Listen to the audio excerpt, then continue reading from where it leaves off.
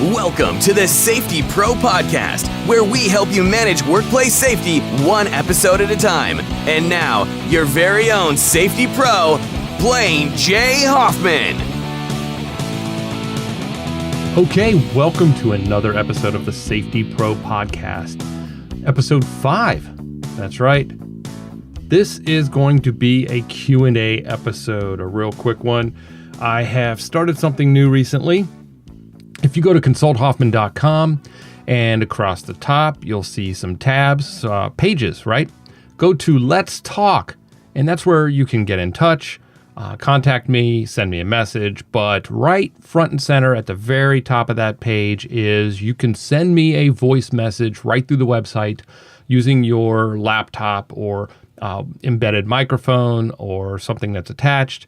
You can ask an audio question that I can answer to you directly and also on the podcast. So go to consulthoffman.com to the Let's Talk tab and go ahead and leave me a voicemail.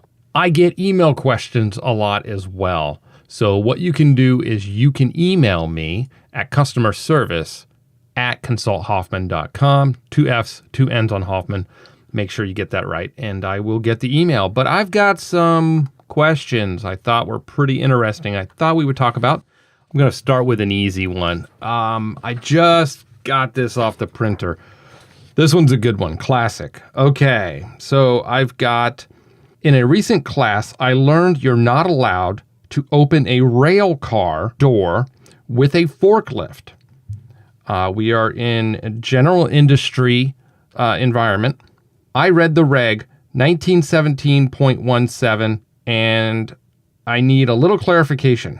Is it okay to open the door of a rail car with the forks of the lift if the rail car door has a slot for the forks? Or is this slot intended for a device that is to be used? Here's the problem. 1917 is the maritime regulations, so shipyards and whatnot. So in a general industry environment, 1910 regulations would kick in, and you would not need 1917. So that actually was an easy one. Throw that one away. Okay, here's a good one. So this is somebody who tried looking this up on the OSHA website. I actually have 5 quick tips on navigating OSHA.gov. You want to go to my website and look for that. But here's the question. I tried looking this up on the OSHA site and got nowhere but frustrated. I informed management that we have this situation. Are we required to use wheel chocks on a truck that's parked inside the plant that a contractor is using to load up materials and haul out? So it looks like they're having some demo or demolition or construction type work inside the plant. But basically, they have a vehicle that is driving into the plant and parking. So here's the deal. Regarding wheel chock, there's several things that come to mind. In most cases, the commercial motor vehicles, CMVs, are no longer required to chock trailer wheels when parking at loading docks. Here's where you're going to have the problem. It doesn't look like it's at a loading dock. So it looks like they're just driving it in and then parking it in a general area where pedestrian workers can be walking around, right? So the background on this is that there was an agreement between the Federal Motor Carrier Safety Administration, okay, the FMCSA, and OSHA, Authority over Commercial Motor Vehicles. Those parking issues, that belongs to the Federal Motor Carrier Safety Administration. So consequently, what OSHA did was, OSHA's wheel chocking requirements that are found for you policy wonks that need to write this down. It's 29 CFR 1910.178 K1 and 1910.178 M, as in max, 7. That's in the powered industrial truck standard that deals with chalking wheels of trailers at loading docks before you drive onto the trailer with the forklift to unload it and whatnot. Okay, that standard no longer applies to commercial motor vehicles. Here's something else.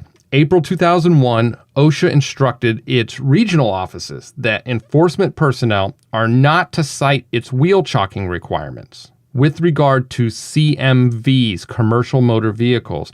They are currently developing, however, enforcement guidelines that will clarify this further. That was in 2001, that letter.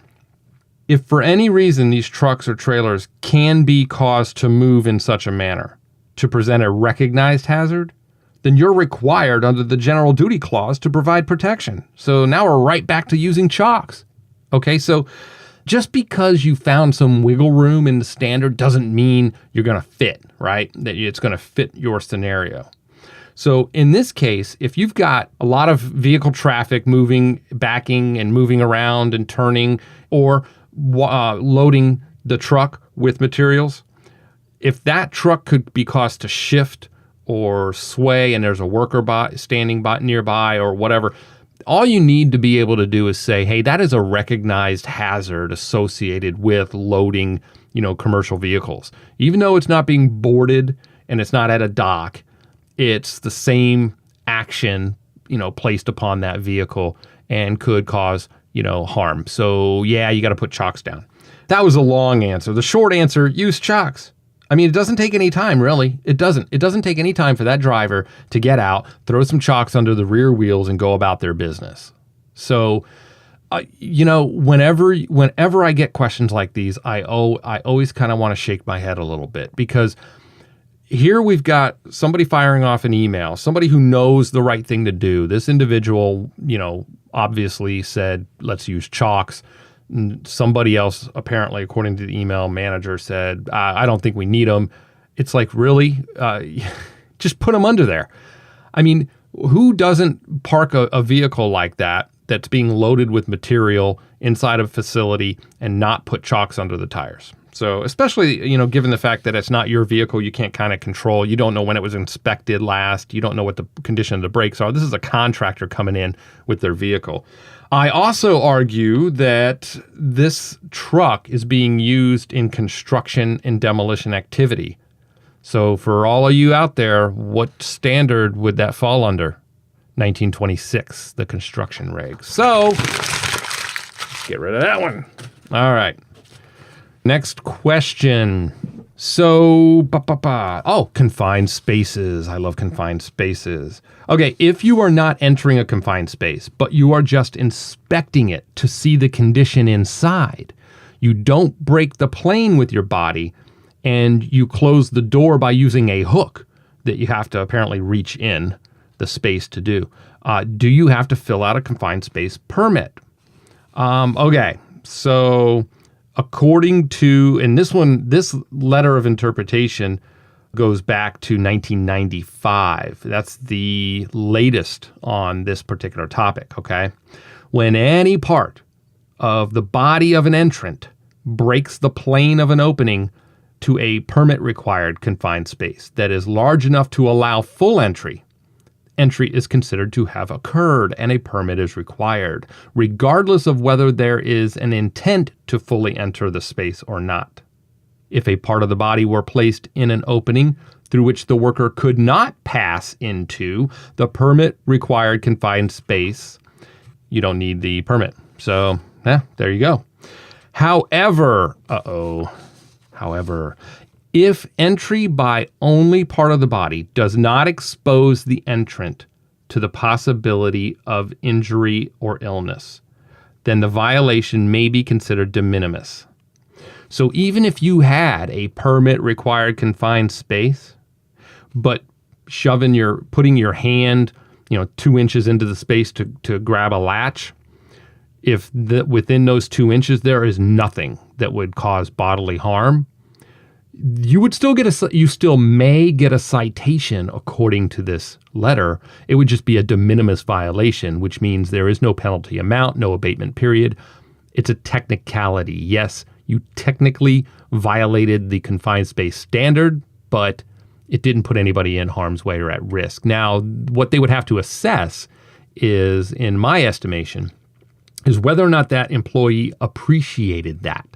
Meaning, if I were to ask an employee, can you just reach in there and shut a door? Well, yeah, I think I can because I'm not actually getting in there, without regard of a hazard being present or not. That says one thing to me. But if an employee says, Well, I can so long as I don't get, 2 feet in, because that's where that impeller is still active and can turn, or that blade or that mixing paddle. So if they had an appreciation for that fact, then that would probably drive a lot of this, okay, unfortunately. So let me give you some examples where only part of the body gets into the space and would not expose an entrance. So here's the first one. If you reach through the opening of a horizontal space, a permit required confined space, because it contains any kind of live electrical parts, let's say it's 10 feet from the opening. If you just reach in a couple inches to pull a latch closed and there was no intent to go any further, that would be an example. An entrant put their head through the opening of an overhead permit required confined space only because it contains an unguarded rotating part 10 feet from the opening. That would be another example. Those two, that one scares me right there. Examples of situations where entry by only part of the body into the space can expose you to possibility of injury and illness is if the entrant can possibly suffer a burn while reaching into the space. So because the entire space and the chamber, the door that is hot from heat is a thermal hazard. Okay, or when you can possibly fall into a below grade permit required confined space while standing on a vertical ladder in the opening of the space. Okay, so because it contains maybe oxygen deficient atmosphere or something like that. Yeah, partial entry would throw you right into a full permit needing to be filled out, okay? Monitoring, attendant, all that good stuff.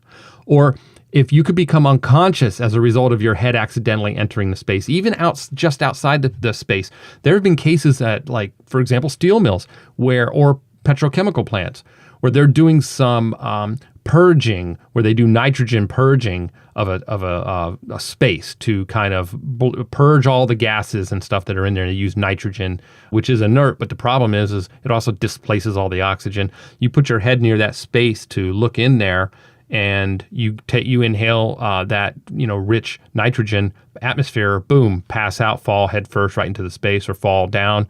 And people unfortunately have had fatalities not even getting into the space. So, look. The interpretations of the standards that would apply are, of course, they're pretty limited in what OSHA can state in a letter. They would have to take it on a case-by-case basis. But if, again, it goes back to with the wheel chocks. When in doubt, take the safe route. I mean, there you go. That's a bumper sticker right there. The employer is always obligated to take the appropriate steps to protect employees that either reach into permit required confined spaces or even just working around them. So it's always good practice to go above and beyond. Always modify your policies and procedures if you make changes to how you approach confined spaces. This also goes for reclassifying confined spaces, permit required confined spaces. A lot of folks get in trouble with that one as well. A quick episode this time around, mainly because I wanted to highlight the fact that I want you, my listeners, to send me questions about safety in the workplace. I will answer them directly via email, privately to you, but I will also read them anonymously on the podcast so that we could share these experiences with other listeners. Again, customer service at consulthoffman.com, or go to consulthoffman.com, the Let's Talk page. And you can send me a voice message that I can not only play on the podcast, I will leave out your name or any personally identifiable information, but I will be happy to do that as well. You can also listen to the podcast episodes right there at work. This is a Safe for Work broadcast. So I want you to learn more about workplace safety. I want you to share this with your coworkers, and please ask me questions. If they come up, I will answer them. Until next time, stay safe. Thanks for listening to the Safety Pro Podcast. Be sure to visit www.consulthoffman.com for articles and information about safety services. To have Blaine read your question on the show, email him at customerservice@consulthoffman.com. Be sure to have 2 F's and 2 N's on Hoffman. Until next time, be safe.